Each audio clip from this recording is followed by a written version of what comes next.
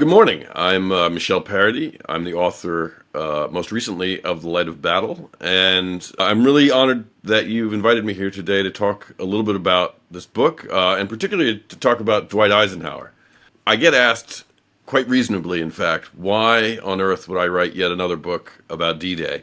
There are libraries full of them, for sure. And I think the honest answer is that the story that I wrote, The Light of Battle, certainly focuses on D-Day, but I definitely try to avoid repeating, all the great storytellers who've come before me. Is really because I think it provides one of the more interesting windows into understanding Dwight Eisenhower, which obviously lends itself to the next question: why on earth study Dwight Eisenhower? He was the president. He was on the money. Certainly, when I was a kid, don't we know enough about Dwight Eisenhower? And I think the honest answer is no. And one of the things that both intrigued me and drew me into writing this book, and then, really motivated me to want to finish it and talk to you about it today, is that, Dwight Eisenhower, I hope to persuade you, certainly by the end of this presentation, is probably the single most underestimated and underappreciated figure, certainly of the Second World War, and I would argue, at least in part, of the 20th century, and particularly in America's role in the 20th century. And D-Day, in particular, is a turning point, not just in Eisenhower's career. Obviously, it propels him in ways to become, an American hero eligible for the presidency. But also because Eisenhower and D-Day paired together marked a turning point in the history of the United States, from being a reclusive nation of cowboys and immigrants to being a global superpower that very much defined the 20th century. And so to explain that story, to justify that premise to you, I try to remind people of what the world was really like in 1940, and in particular in 1941, 1942, at the very beginning of the Second World War, at least the United States' entry into the Second World War. And the world of the early 1940s is still very much the world of the 19th century empires, in particular the British Empire. The British Empire at this point in world history was a quarter of the world's population. It had a quarter of the territory of the earth. It was the center of international commerce, of trade, of what, the Pax Britannica, which was as close to a rules-based order as might exist on the seas.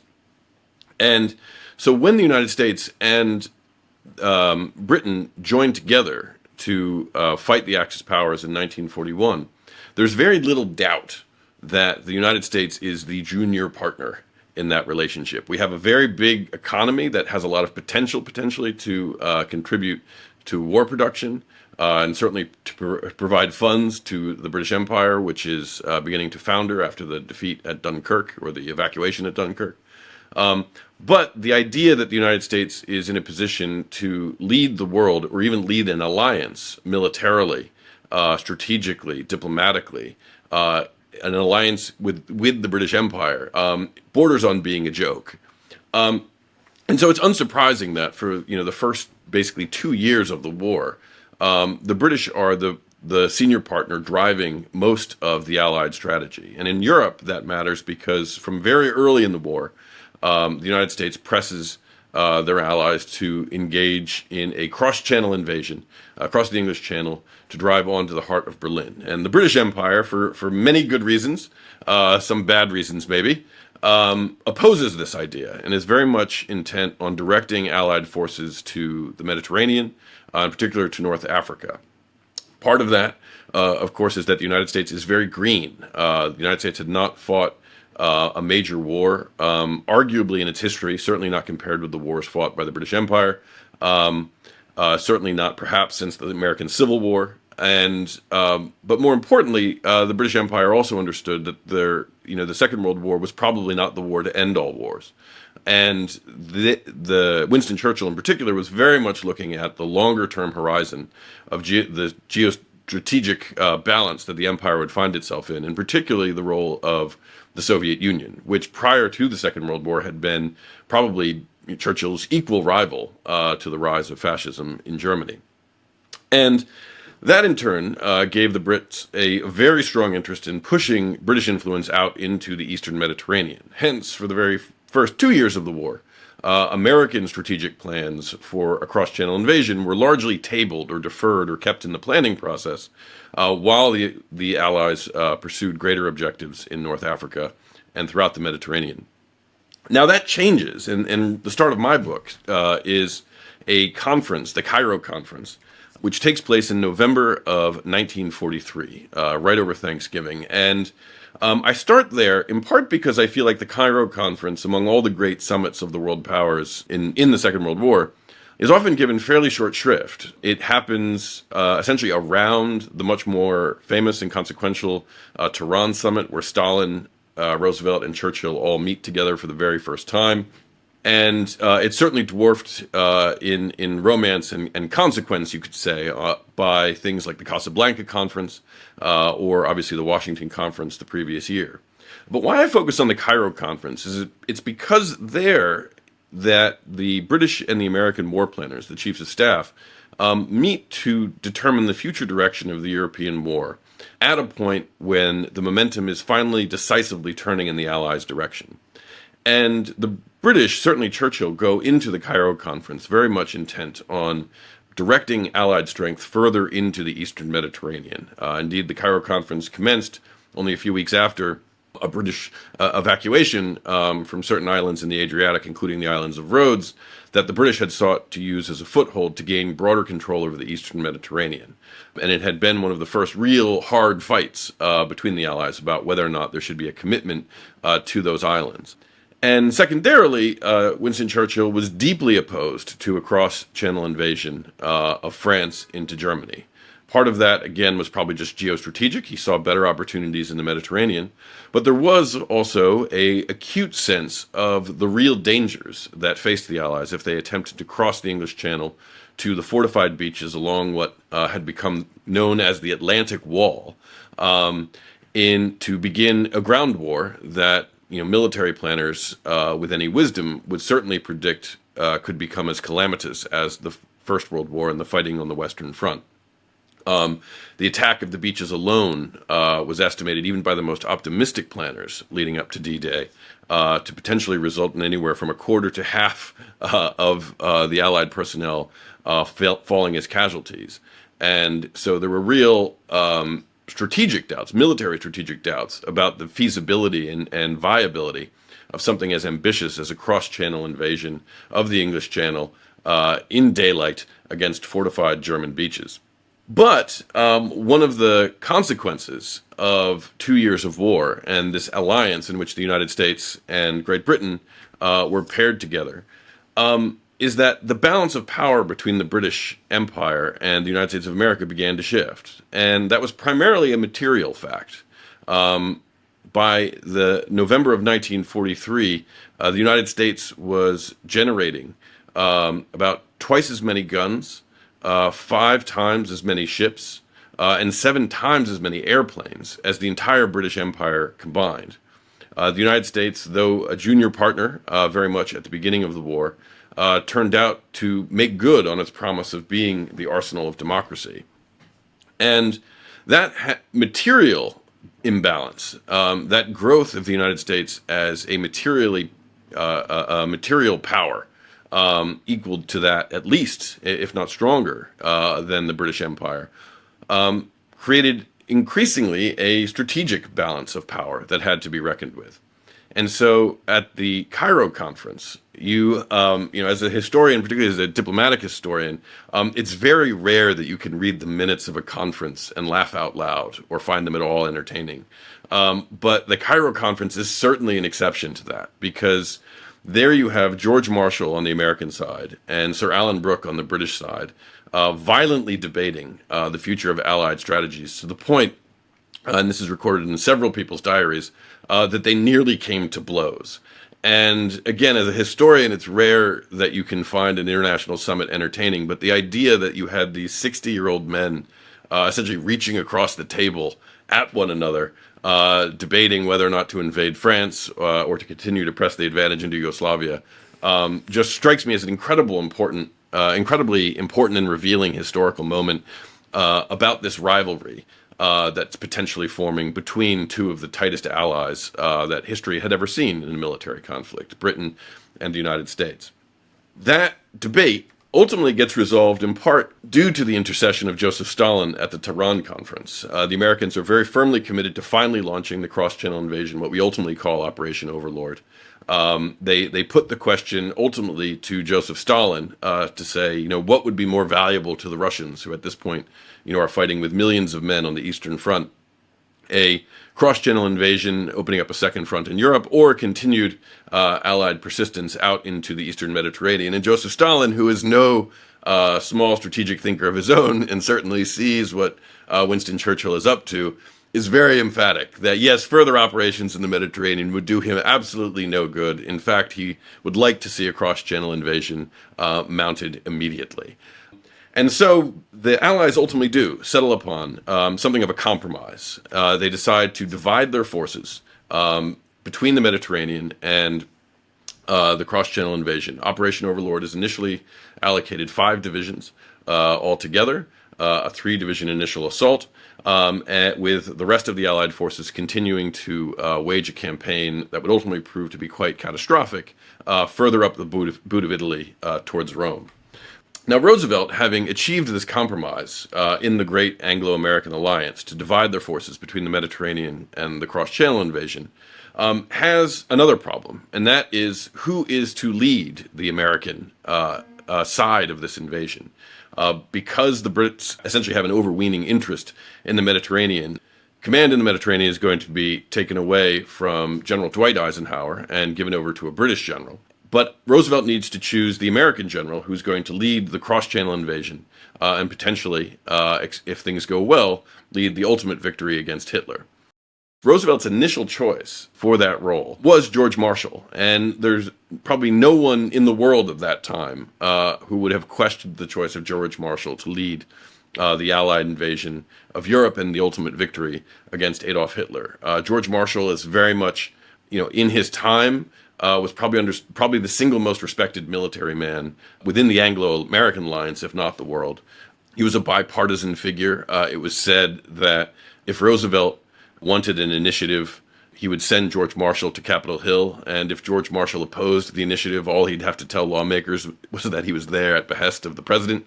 But if George Marshall wanted it, Congress gave it to him. And so there were a lot of just domestic political reasons and management reasons why Roosevelt was reluctant to let George Marshall go to lead the Allied invasion.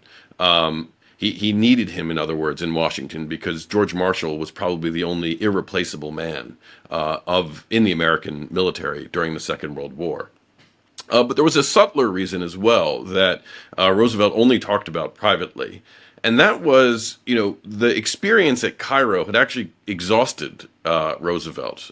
Mediating these sort of vehement conflicts over strategy between the American and the British sides, I think gave Roosevelt an early indication of the danger that the Anglo-American alliance was in. Because, if the British Empire suspected for a moment that the growing strength of the United States of America could not only help it in its defeat of the Nazis, but potentially replace it and even jeopardize it as, the largest empire the world had ever seen, that would change the just basic ability of the two allies to cooperate when cooperation was absolutely needed most. Because as much as the momentum of the war had changed by 1943, victory was far from certain.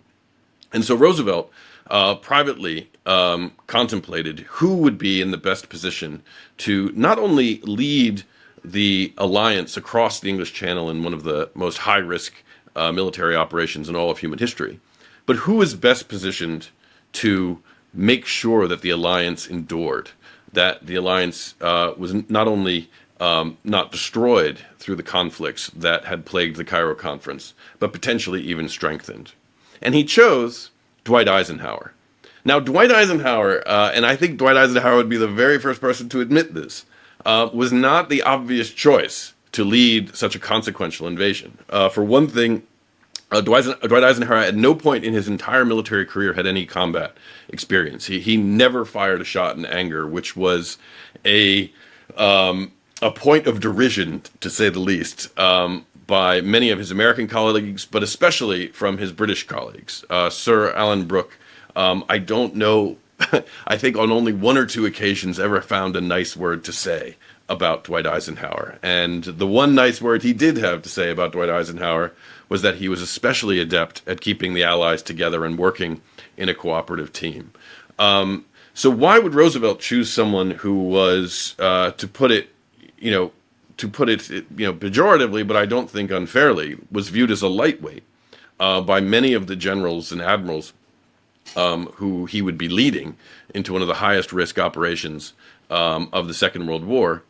Well, it's because Eisenhower had a different skill set that Roosevelt understood would be especially valuable in the context of this precious moment in world history. And that is that Eisenhower was the kind of person who could be the face of the new kind of America that Roosevelt was not only attempting to foster at home, but was attempting particularly to project to the world. Now, why would Roosevelt think this at all about Dwight Eisenhower? Why wouldn't he just assume that Eisenhower was kind of the lucky, nice guy that everyone seemed to say he was? Roosevelt had only met Eisenhower a handful of times. At none of those occasions was Eisenhower particularly impressive to him. Eisenhower appears virtually not at all in any of the president's correspondence or diaries leading up to the Cairo conference. So why this obscure man who is liked but not particularly respected to lead such an inconsequential military operation, particularly when the president doesn't even all know him that well? Well, what I came to conclude, and I present this all very much in the book for your judgment, is that it really came down to a weekend. And that weekend was the weekend before the Cairo conference. The president flies to meet Eisenhower in Tunisia, and the president's flight on to Cairo basically is delayed for a combination of weather and security reasons. And so Eisenhower, gets to chat with the president. And one of the things the president insists upon is that if he's going to stay essentially the weekend in Tunisia, that Eisenhower take him on a tour of the Carthaginian battlefields. And Eisenhower very much jumps at this chance. And it's in part because Eisenhower, and it's almost a request that, was almost too perfect for Eisenhower. And as I explore a lot in the book, he has this very unusual upbringing, particularly for a military general of his stature, where he grows up in, a remote part of Kansas as the son of religious pacifists. And he is a restless middle child, to say the least, and is one of the ways that he, in essence, rebels against the boredom of his upbringing is through military history. In fact, there's a story in which one of his earliest mentors, who publishes the local newspaper in Abilene, Kansas, gives him a copy of a book called The Life of Hannibal. And Eisenhower just drank that book down. It got to the point that when his mother, again a religious pacifist, discovered it, she confiscated it, both because it was pagan and because it was military, and locked it in a closet. And Eisenhower would wait until his mother was out in the garden and then sneak in to her closet and read The Life of Hannibal as if it was a Playboy. And so if there was one military figure, and if there was one set of military conflicts that Eisenhower knew down to his bones, it was the Carthaginian battlefields, on which he could take the president, and in the course of sort of regaling him with all of that history, demonstrate to the president that he's not the sort of empty uniform that many of his critics certainly accused him of being, that he had an understanding and a depth and a sophisticated knowledge of history that the president not only respected, but shared and thought of and understood as being incredibly important to his own ability to lead in times of crisis, because of that historical perspective and those precedents that he could draw upon in his own imagination. There's one other aspect, though, of this weekend that they spend together, which is largely underreported on for obvious reasons, but I think also just as consequential to the president's evaluation of Eisenhower as a new kind of leader. And that is, if you look to the front of that car, there is a young woman who's driving Eisenhower and Roosevelt around on their tour of the Carthaginian battlefields. I found this footage in sort of hidden away inside of an archive. And it's because during this trip, one of the very first things that Roosevelt asks Eisenhower when he arrives for their meetings in Tunis is, "How's that Irish girl?" And by Irish girl, Franklin Roosevelt meant Kay Summersby. Now I'm grinning, and I'm sure some of you are chuckling a bit because there's been long standing rumors to include throughout the 1940s that Kay Summersby and Eisenhower were having a love affair. I don't take any particularly strong view on that because I think the evidence is more conflicting than certainly the pro-love affair side of the argument often wants to admit. They did have an incredibly close relationship, very much of what we would now call something like a work wife. But I think just as important, indeed more important than the what were they doing behind closed doors question that seems to fascinate lots of people, is the fact that everyone around them thought they were having a romantic relationship, to include very much Franklin Roosevelt. And so throughout the entire weekend that Roosevelt is with Eisenhower, he's bringing Kay into their circle. He's insisting that Kay sit next to him at dinner. He's insisting that Kay take them on the tour of the battlefields. He's peppering Kay with questions about her love life, and all the while sizing Eisenhower up to gauge his reaction. And Roosevelt comes away from this meeting somewhat convinced that they are having a romantic relationship, but also incredibly impressed by the fact that the Eisenhower smile, the famous Eisenhower smile, is also one hell of a poker face. And I think it's in this interaction where Eisenhower shows himself to have a level of intellectual depth, but also interpersonal savvy and sophistication, where Roosevelt, to borrow a phrase, is a dog and he smells another dog. Roosevelt is one of the great political figures of the 20th century for a reason, and he understands, I think, before many others do, and maybe even before Eisenhower does, that Eisenhower has the potential to be not just a great military leader, but a great political one as well. And one of the things that my book really tries to chronicle, because I wanted to understand it fundamentally, was how did Eisenhower wield power so effectively, right? He doesn't have the resume. It's obvious that someone like Churchill or Roosevelt will be one of the major figures of the 1940s. If it wasn't them, it would have been someone they grew up with or went to school with. Dwight Eisenhower comes from nowhere. And so how does he use power? Was Roosevelt right to sense that there was an innate skill, an innate political savvy that would be necessary to bring the United States not only into the modern world, but to bring the modern world into line with the values of the United States? And I think he's right. And I point to a lot of examples over the course of the book, but I'll give you one or two now. But the first is the planning for Operation Overlord itself, because this is potentially one of the greatest flashpoints that might erupt between the Anglo-American alliance. Because one of the things that Eisenhower sees right away, and you can see it from this map, is that the original plan for the invasion of Normandy was really quite weak.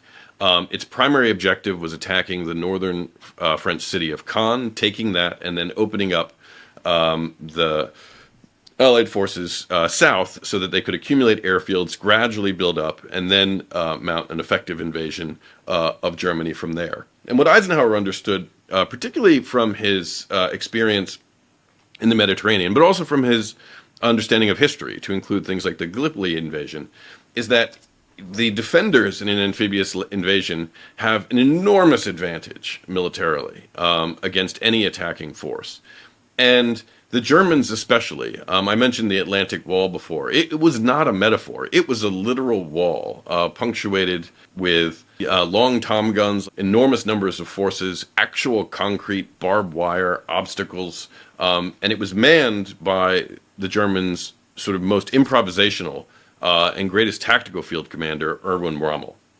And so the idea that the Allies could, with, I think the initial estimates were something like 80,000 men, attempt to breach some of the greatest German fortifications in the world at that time, where the Germans themselves had about 750,000 men in position to respond if the Allies attempted to breach the Atlantic Wall at any point, was going to be far too weak and far too high risk, far too much of a bet on such a small spot.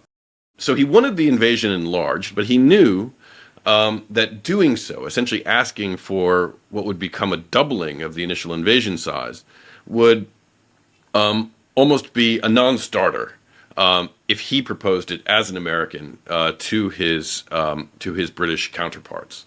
That was because, in part, the Americans were launching from Great Britain, so the Brits had a lot to say and on how the cross-channel strategy was to be executed. But moreover, making the cross-channel invasion such a dominating part of Allied strategy was guaranteed, indeed expected, by Eisenhower to come at the expense of operations in the Mediterranean. And if the debates at Cairo before any chips had been laid on the table were any indication, this was a debate not only that Eisenhower was apt to lose if he pushed it, but very much could break the alliance in half in ways that could be fundamentally damaging, not just to Operation Overlord, but to the war effort as a whole. And so the idea for a larger cross-channel invasion could not be an American idea. It had to be a British idea. And so Eisenhower called the British commander, who he had been given essentially over his objections, the British ground commander, Bernard Montgomery of El Alamein, to his headquarters soon after Christmas 1943, as he's beginning to plan the invasion. Now, it is no exaggeration to say that that if everyone likes Ike, Bernard Montgomery is probably the great historical exception of the people who have very much disliked Ike. And that feeling was largely mutual. Eisenhower first met Montgomery during a briefing in advance of the Dieppe invasion, which was essentially a small commando raid by Canadian forces that was attempted across the English Channel into Dieppe, France, northern France, in early 1942. And initially Eisenhower was quite impressed with Montgomery's savvy, his charisma, his sort of meticulous planning. And Eisenhower, as the story goes, is sitting there as the briefing is unfolding. Eisenhower is a chain smoker, pulls out a Camel, lights up, only to see Montgomery's large beak-like nose sniffing at the air, where Montgomery stops and then scolds Eisenhower for smoking in his office. And the relationship between the two really, only for a brief period during the story I tell, actually, in the lead up to the invasion, only warms from there for a very brief period, but otherwise stays quite frosty. But nevertheless, Eisenhower knows that if they're going to mount a serious attempt against the Atlantic Wall across the English Channel, he needs a larger force and he needs full British buy-in. And so even though the chiefs of staff, the combined chiefs of staff, had only allowed and only agreed to have Montgomery be the head of the British and Canadian forces, Eisenhower throws his arms around Montgomery like an old friend and asks him, don't you think Bernard Montgomery of El Alamein should be the field commander, the ground commander of the entire invasion, to include the American forces? And Bernard Montgomery is very much like, yes, absolutely. That is certainly something that Bernard Montgomery of El Alamein should be in charge of. Who better? And Eisenhower sort of responds to him, well, I'm glad to hear you say that because, I've been looking at this plan here that we've gotten from the combined chiefs, and don't you think it's a little too small, a little too weak for someone like Bernard Montgomery of El Alamein? And Bernard Montgomery of El Alamein needed very little convincing, in fact, that the invasion that he would now be leading on the ground should not only be stronger, should be much larger. And so it becomes ultimately Montgomery's plan. And many American scholars, many of you may be watching, tend to be quite dismissive, if not hostile, to Bernard Montgomery. I tend to be much more generous to his great virtues, in part because I do think Eisenhower was. He understood not only that the Overlord plan, if it was going to be doubled in size, had to come from a Brit, and who better than Bernard Montgomery, who was a protege of Sir Alan Brooks, but also that Bernard Montgomery was the kind of strategic and tactical set-piece thinker who could really put together, a proper plan, who would understand it down to the bolts and make an enlarged invasion as feasible as it might be possible. And so it's under the planning, with Montgomery sort of leading the planning staff right after the new year of 1944, that we get the modern overlord plan, which includes not only the British and Canadian attacks towards Caen, which was sort of emulating the original plan, but also expanded into the American fronts on Utah and Omaha beaches. And when that plan is finally given to the British for approval at the end of January 1944, Eisenhower is very keen to present it to Sir Alan Brooke and to Churchill as the Montgomery Plan. And as a consequence, Sir Alan Brooke and Churchill are very eager to give it their full and unqualified endorsement as well.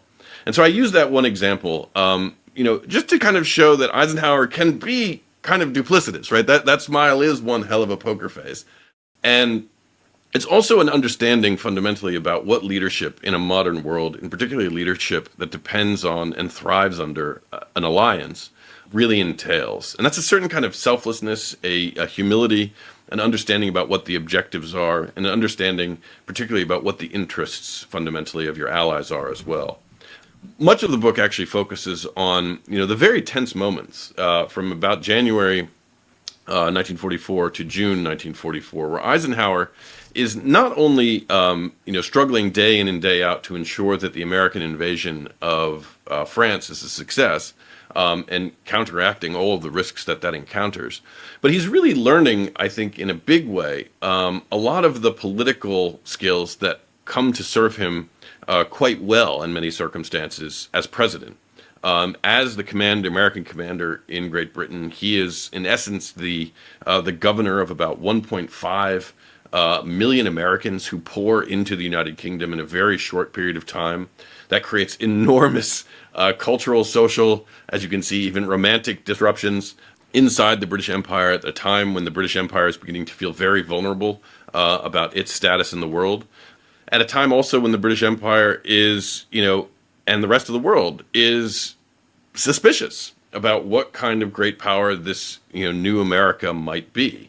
It's in 1944 that the concept of the superpower is first introduced into the sort of political science literature, and it's used to describe the British Empire, the Soviet Union, and the United States. But one of the great qualms that many people had all around the world was things like race relations in the United States. And one of the things that surprised me the most, actually, in researching this book was how much of Eisenhower's time ended up being dedicated to the problems of segregation, not only in the United States, but in the Army, and how that gelled or didn't with particularly liberal British notions of equality. Now, that's not to say that the British did not have their own prejudices and racial problems, but just the sort of character of American, white-black discrimination was something that was just quite violent and quite alien to the British sort of the British mindset. And Eisenhower finds himself embroiled in these controversies almost up to and then through D-Day itself. There's the problem of the bombing of France, and which is tied up very much with the consolidation of the air forces and what Eisenhower would, in the future, as president, come to call, the great dangers of the military-industrial complex. There was his relationships with the French themselves, who were very much at loggerheads with the Roosevelt administration, and Eisenhower finds himself having to cajole and even seduce his French allies into cooperating with the Allied invasion, so that he was not confronting not simply German forces on the other side, but either French resistance or potentially a French civil war that could bog his forces down in the charge to Berlin. The Atlantic Wall keeps getting more and more hazardous. He keeps getting more and more cables once the Americans are given access to what's now known as the ultra cables, where he can listen in on his counterparts on the German side preparing very much for the American invasion, not just of northern France, but including of Normandy and many of the locations where he is planning to land his forces. One of the great risks he confronts, which I discovered and turned out to be one of the more fascinating aspects of my own research, is being warned in secret that the Germans were even potentially going to use dirty bombs, radiological poisons to defend the beaches. All of this weighed on Eisenhower at the very time, he's trying to also just live a normal human life, or with a son who's due to graduate from West Point, who a wife he's not seen for several years, and whose relationship is obviously under great strain. There are the great moments which I'm sure you've all heard about, the night before when he visits the 101st Airborne, and the one part that I have always found the most poignant among all of the extremely harrowing and poignant stories is that, despite knowing that about half, or being told that about half of these men are almost certain to either die or be captured in the attempt, based on the most recent intelligence, he makes sure to shake each one of their hands when he sees them and to look them in the eye when he does so. And it's because he knows that being a leader is about being there for them, and it's as much about them seeing him seeing them as it is any great speech he could give, any great plan he could give. It's just a matter of letting them know he is human and he is there in it with them, even if they are the ones who are being asked to make potentially the ultimate sacrifice. Many of you all, I'm sure, know all of the problems with the weather and Eisenhower's sort of fateful decision to go based on a contingent weather prediction. It's an incredible story. But I'll close just with this single video before I take your questions. And this is where the book closes, actually. It's this moment, which is June 12th, 1944. And Eisenhower, for the very first time, crosses the English Channel himself and sets foot on the beaches of Normandy. And he does so with the combined chiefs of staff, or with the American Joint Chiefs of Staff, excuse me, including George Marshall, who has been sort of riding him throughout the previous 6 months to do this, that, and the other thing. And I just love this film of him stepping down for the first time off one of the docks onto Omaha Beach. Because if you can see the smile on that guy's face, like, there's something just unreal about that. Like, he gets something. He gets the moment that he's in, and it just makes him an incredibly human figure to study, and fascinating for me. Again, why write a book about Eisenhower? One is, I do think he's much more interesting than most people give him credit for, in particular because he often tried his best to not seem interesting. But I do also think that his particular kind of American cool, and I'll use that word, American cool, ended up being as important as any of the United States' geostrategic, military, or economic powers in creating a world order after 1944, into 1945, and really up to the present day, that is so profoundly different than the world of empires in which the world found itself at the start of the Second World War. And I think D-Day, and particularly the way Eisenhower led D-Day and how that was presented to the world, was a real hinge point in that story, because it's at D-Day where the Allies, the United Nations as they called themselves, and Eisenhower in particular, proved that allies working together, genuinely working together for a cause greater than their own national interest, could achieve the seemingly impossible, could conduct one of the most dangerous, high-risk military operations ever conducted, and not only succeed, but do so with comparatively minimal casualties, certainly from what anyone was projecting. And Eisenhower was just the perfect figure to lead that, in part because of his charm, his cool, his appeal to people around the world. But I think just as much in part because he understood that real leadership is about leading a team. And one of the more poignant aspects of his own leadership of D-Day come in his statements announcing the invasion, in which at no point does he even mention the United States, let alone declare the primacy of the United States or the conquest of the United States of France and Europe. Instead, all of his communications are presented on behalf of the United Nations, on behalf of the Allies, not for the purpose of conquest, not even for the purpose of victory, but for the purpose of liberation. And that appeal to fundamental human values of liberty, human rights, democracy, a better world free from oppression, was basically a fantasy, right? That is something you might tell children to make them feel better at nighttime in 1940.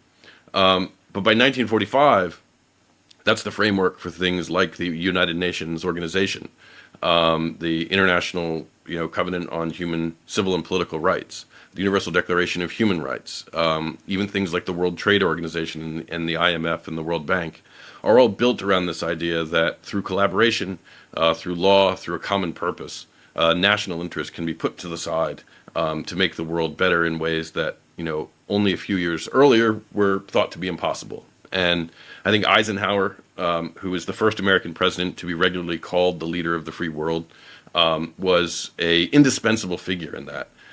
For so many reasons that I found fascinating, certainly as a historian and as a writer, and I hope I've conveyed at least a little bit to you all today. So, with that, I'd just be happy to answer any questions you have, either about Operation Overlord, Eisenhower, the book, or anything else. Hi, Michelle. How are you? I'm good. How are you? Can you hear me all right? Yeah, definitely. Are you joining us from a very cold New York? I am. It's slightly warmer today.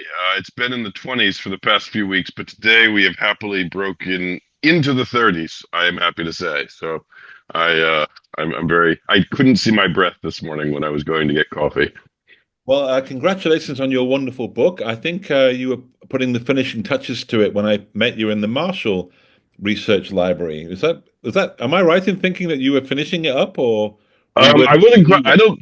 You give me more credit than I probably deserve. I don't think. I think I was still. I think I was still trying to drink down as much information as I could at that point. And you and I were. I think you were working on Patton's Prayer at the same Yeah, time, yeah. which is the opportunity we got to meet. So it was a lovely week. Just passing notes, passing documents back and forth to one another as we found things in different boxes. So I remember that very well. Well, I should point out to our guests that you have a very distinguished background, not only as a World War II author, but as also a professor of law. You're a lecturer at the University of Columbia Law School. Am I right? Yep. Yeah, that's correct. I've taught international national security law for many years now. Okay, so why did you decide to write about Eisenhower in the context of D-Day, given that so many people, including myself, have written about D-Day? What was it that drew you to this often covered subject? Sure. I think the simplest answer is less D-Day because precisely because people like you have written such amazing books that I would never attempt to match in telling the actual harrowing Ah, story of D-Day itself. okay. Um, and and more Eisenhower. I just found Eisenhower very enigmatic and intriguing because here is this person who lived the American dream, such as it is, right? He comes from the middle of nowhere, fairly poor upbringing um, to being one of the most consequential political figures of the 20th century. And that story itself is incredible. And I've always found the explanation of it unsatisfying, right? There's this explanation that Eisenhower, he worked hard, he was honest, he did the square deal, he, had natural gifts, and that's why he ended up, where he was, the sort of traditional Horatio Alger story of the American dream, and that is all in a sense true. I don't mean to actually say any of that's not true, but there's definitely a lot more to it than that, and that I found profoundly intriguing. Is that how did this guy get so underestimated by some of the most savvy political operators in all of human history? Right, everyone from Churchill to De Gaulle to Stalin, obviously Roosevelt and Truman. Um, and and that intrigued me. I just couldn't understand it, to be perfectly honest with you. And I felt that the existing biographies, didn't at least scratch that itch for me in understanding how it was that he actually learned to use power and used it so effectively. I just want to point out to you, Michelle, that on my Zoom screen, when I look at all the squares, you actually appear next to a gentleman called Paul Priest, who is, believe it or not, the last living American to cross the Ludendorff Bridge on the 7th of March, 1945. So you're in very good company. Thank you, Paul, for joining us. I just wanted to mention that to you, Michelle, that you're Yeah, thank you right so much for beside joining. It's a real honor, for sure. right beside a veteran who fought under Eisenhower and actually achieved the ultimate goal of American involvement in the European theater, which was to get across the Rhine and head toward Berlin. But anyway, I'm amazed that more people haven't pointed out what you've pointed out, which is that Eisenhower essentially was a politician. He was hired to fulfill that role. I think it was very interesting that you pointed that you talked about Roosevelt's recognition of him. I love your phrase, a dog smelling a dog. Why haven't I heard that more often before? Anyway, um, what was it in his pre-war career that enabled him to work so effectively as a politician? Yeah, yeah. It's not obvious either. Oh, And I think a couple things culminated. So he, ultimately, and I think this is a comforting story for almost all of us. Really doesn't peak until later in life. And so his career, such as it is from West Point up until really, through the 1930s, is successful to a point, but is by no means clearly sets the path that he's on. I think a couple things though ended up um, really helping him become the Eisenhower, the Ike that we know. And that's one of the things I tried to understand in the book. One is that he had an incredible eagerness and knack for cultivating mentors. And that's not something we often talk about. We often talk about mentorship as like something a mentor does for like a student or for some younger person, and that's important, and it is. But with someone like Eisenhower, he understood that there are all sorts of wise people who know way more about the world than he does, and he always was very attentive to trying to get in the circle of people who he thought had figured something out that he hadn't, and as a consequence, learned a lot from all of them. That goes to his boyhood with the newspaper publisher I mentioned, who tried to convince and did briefly convince Eisenhower to be the future of the Democratic Party in Kansas when he was in high school. But up through someone like Fox Connor, who really gave Eisenhower a schooling and a real education on military history and military thought that Eisenhower had not even had at West Point. To people like Douglas MacArthur, whom Eisenhower adored for a long period until they very much soured on each other. To George Marshall, who very much understood a lot of Eisenhower's gifts, and so to Winston Churchill as well, right? So I can keep sort of clicking through all of these people that Eisenhower, very much patiently and humbly, genuinely sought to understand and emulate. And the one point I'll just make about that to wrap a bow on it is towards the end of his life, Eisenhower begins working on another memoir. He never finishes it, and it's only fragmentary. But the working title he had for it, and it focuses much on the same period as I talk about here.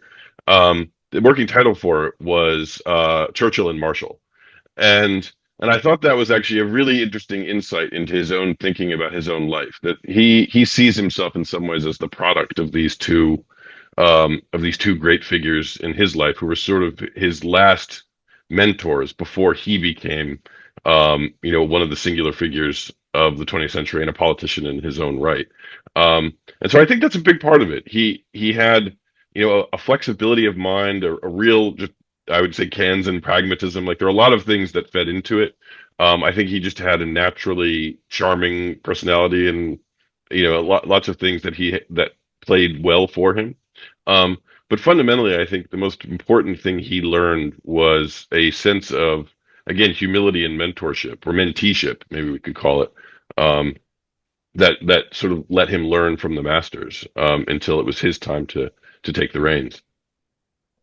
I'm reminded of an incident in the spring of 1945 when Eisenhower addresses the staff of the Third Army.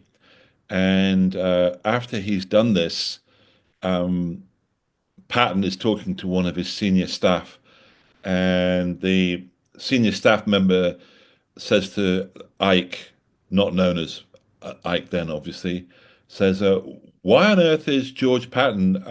Why on earth is Ike praising the Third Army? We've heard very little praise from him." I should add that perhaps the greatest thing that Patton yearned for in World War II was approval from his old friend Eisenhower, and really never received it. And Patton replies very quickly, Well, he's running for president, and this is in the spring of I 1945. Patton had him. Patton had him summed up pretty well, and I think you mentioned did. Patton because I think Patton is the exact opposite of Eisenhower. Hmm. So, it's amazing when you think about World War II. I won't go on too long now, but it's amazing when you think about World War II that the Americans were able to put in place such a remarkable team of leaders that each fulfilled a very important role. And it was as if they'd all walked beside destiny until that point in 1942, 43, 44, 45, when they had to step up. It's remarkable that coalescence of great figures.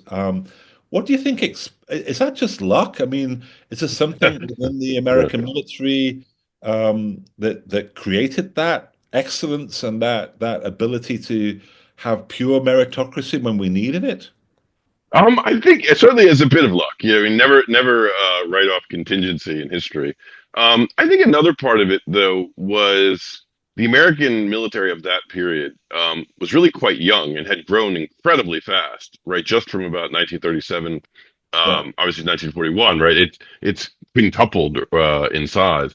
Um, and so there was just a lot of fresh blood in the military too. That doesn't include Patton and Eisenhower and Marshall, right? These are all lifers. But I think that did give the military um, a certain just flexibility and willingness to change things that probably gave it an advantage over more established militaries such as the British Army or the Red Army, where there had just been a much longer tradition, like the cliques were deeper.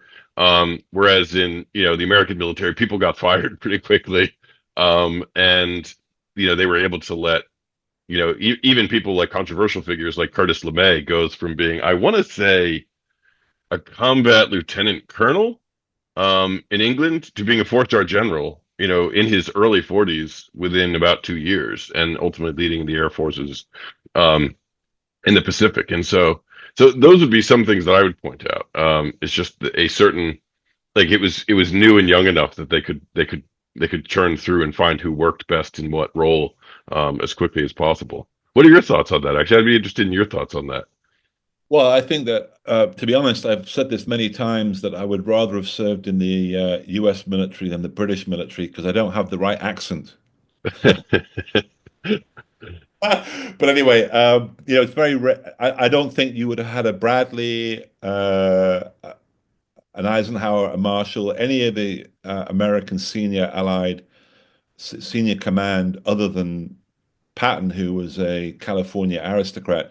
That wouldn't have happened in the British Army. There's a really good book by David Reynolds, which is called Rich Relations, which Mm, compares the cultures of both the US military and the British military, and in fact goes into some real depth about the period just before D-Day when American officers had to go and hang out with British officers and vice versa.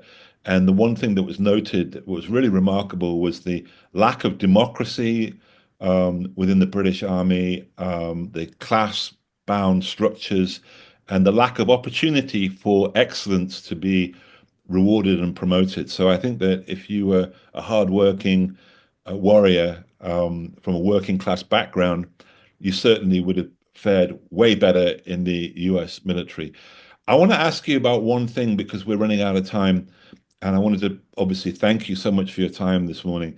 But is one of the things about Eisenhower that's often forgotten is his sheer physical endurance. I mean, this is a mm. man who, when he became president, was in a far less stressful job than when he was in World War II. Yeah, I think that's right. I'm actually, I like, it was not just training for the presidency; it was sort of like a proving ground. Yeah. And so that the presidency was easy, I think, compared to his wartime career for sure. I mean, Um, he's smoking 40 filterless cigarettes. He's got headaches. He's got a palsy in his right hand because he's signing so many documents. He's got sort of, I mean, this guy is a guy yeah, that's he's falling apart, you know? yeah, he is. Again, I relate as a middle-aged man myself, and feeling those same pressures of time. No, it is. I just couldn't believe, and it almost became. He actually remarks at one point, and it might be in this unpublished memoir that I'm recalling, although it might be in Crusade in Europe. I can't remember. Just how many people are sick all the time, right? Yeah, Churchill gets pneumonia. Roosevelt obviously is, on death's door pretty much through all of 1945 and 44 into 1945. And yeah, and Eisenhower never lets go of this cold. His ears are ringing. He has like a sty in his eye. The yeah. day before D-Day, as he said, he's chain smoking 3 packs a day, which I figured out at one point. And I'm not saying he smoked it down to his fingers necessarily, but that means he would have been smoking about 10 hours a day, right? 10 hours of smoking a day. He's drinking coffee. He barely sleeps. Yeah, the physical toll of it all is utterly his ability to just withstand that was one of the most impressive, certainly again as a middle-aged man, most impressive things to me. Well, we're running out of time, unfortunately, but I just wanted to say I loved the book. I think you're a very, very talented writer. It's so easy to read. It gave me a new appreciation of a man that I hugely admire, and I think he makes some very important points about what he represented in terms of American cool, about a country at its very best in World War II that was actually globally respected more than at any other time in its history in 1945. Eisenhower seems to me to epitomize everything that was wonderful about the best of that greatest generation. Well, do you think we'll see his like again? I mean, that's probably a crass question. Do you think that we can produce an Ike again?